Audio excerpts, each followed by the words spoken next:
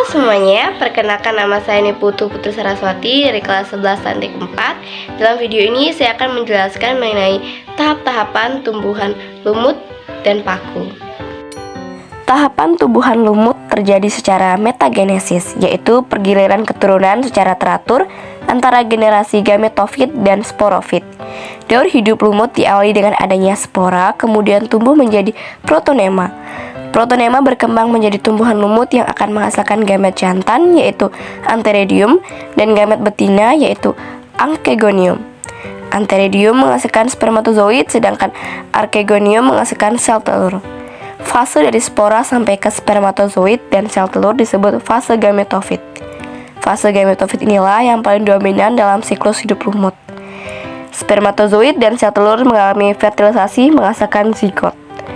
Zigot membelah dan tumbuh menjadi sporagium.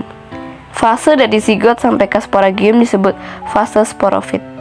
Sporanium pecah, menghasilkan spora, dan siklus kembali berulang-ulang.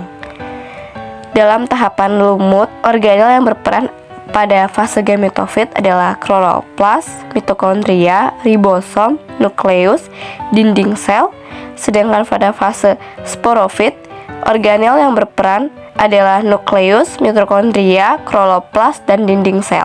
Tahapan tumbuhan paku yaitu bermetagenesis secara gametofit dan sporofit.